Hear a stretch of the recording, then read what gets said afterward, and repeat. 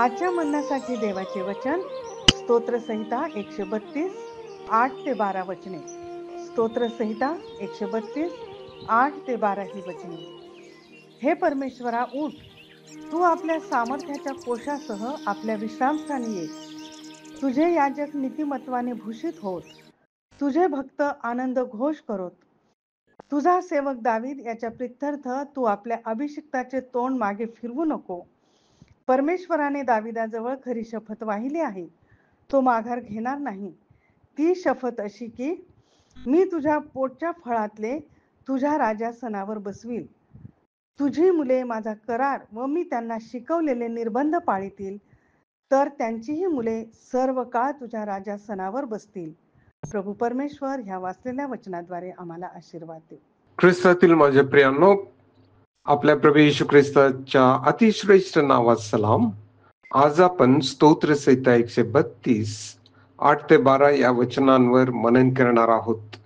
यामध्ये वचन 8 ते 10 दावीद राजाने 3 मुद्द्यांसाठी प्रार्थना केलेली आहे आणि वचन 11 आणि 12 मध्ये परमेश्वराच्या अद्भुत कराराविषयी त्याने सांगितलेलं आहे की परमेश्वराने त्याच्या सामर्थ्याच्या कोशासह आपल्या विश्रामस्थानी यावं. त्याचं जे विश्रामस्थान आहे म्हणजे आपलं शरीर आणि आपलं अंतःकरण होय. आम्हा प्रत्येकाची हीच विनंती असावी की परमेश्वराने त्याच्या सामर्थ्याने आमच्या शरीररूपी मंदिरात वास्तव्य करावं. प्रेषित पावलाने एफेसतील मंडळीसाठी प्रभूकडे फार सुंदर विनंती केलेली होती.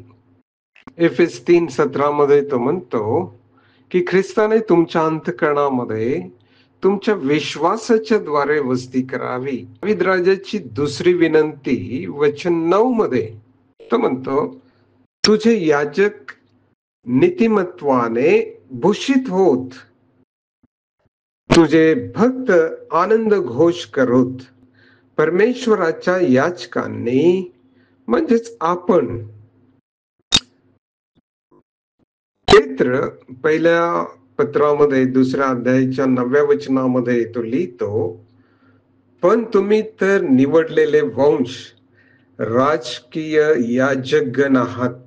तेव्हा याजकांनी नेहमी नीतिमत्वाने भूषित असावं. म्हणजे आपले परमेश्वराबरोबर योग्य नाते संबंध असावेत, आमचा विश्वास असावा आणि आम्ही त्याचे भक्त या नात्याने आनंदाने जीवन जगावं. स्तोत्र 97 11 आणि 12 मध्ये स्तोत्रकर्ता लिहितो, नीतिमानांसाठी प्रकाश व सरळ अंतःकरणाचे जे आहेत त्यांच्यासाठी हर्ष पेरला आहे. अहो नीतिमान जन हो, परमेश्वराच्या ठाई हर्ष करा. का? कारण त्यानेच आम्हाला तारण दिलेलं आहे आणि सार्वकालिक जीवन दिलेलं आहे. प्रियानो, दावीद राजा या स्तोत्रामध्ये वचन 16 मध्ये परमेश्वराने दिलेल्या अभिवचनाविषयी देखील लिहितो. काय ते? वचन 16 मध्ये तो म्हणतो, मी म्हणजे परमेश्वर तिच्या म्हणजे सियोनाच्या याजकांना उद्धाराने मंडित करीन. तिच्यातील भक्त मोठा आनंद घोष करतील. हेच वचन आज आमच्यासाठी देखील आहे.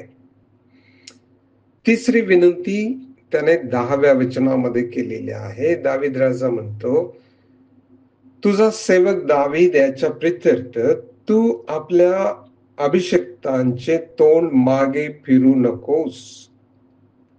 म्हणजेच लज्जास्पद अशा गोष्टी माझ्या जीवनाद्वारे घडू नयेत. या स्तोत्राच्या 17व्या वचनामध्ये परमेश्वराने अभिवचन दिलेलं आहे. तो म्हणतो, तेथे दावीद वंशाची प्रतिष्ठा वाढेल असे मी करीन. मी आपल्या अभिषिक्तांसाठी दीप मांडला आहे. हे किती अद्भुत आहे माझ्या प्रियांनो. तर चला आपण याच विनंत्या प्रार्थनेमध्ये ठेवूया, प्रार्थना करूया. हे आमच्या स्वर्गीय पित्या, तुझ्या विश्वासूपणासाठी, चांगुलपणासाठी आणि कृपेसाठी आम्ही आभारी आहोत. पित्या, आम्हाला तुझी उपस्थिती, तुझ्या सामर्थ्याची गरज आहे. आम्ही नीतिमत्तेमध्ये वाढावं, आनंदाने जीवन जगावं आणि आम्ही जे सेवक आहोत, तुझे लोक आहोत, आमची प्रतिष्ठा वाढावी. तुझ्या प्रकाशात आम्ही चालावं, यासाठी तू आमचं सहाय्य कर. ही प्रार्थना प्रभू येशू तुझा पुत्र याच्या नावाने मागतो, म्हणून तू ऐक. आमेन.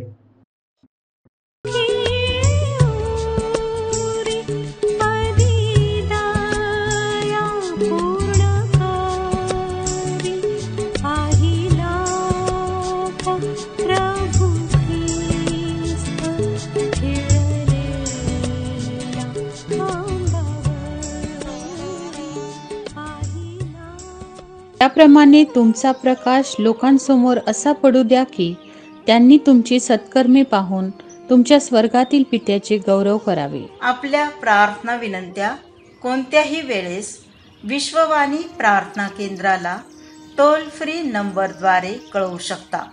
आमचा टोल फ्री नंबर 1-800-2700-333. आम्ही आपणासाठी या नंबरवर प्रार्थना करण्यास उपलब्ध आहोत. धन्यवाद.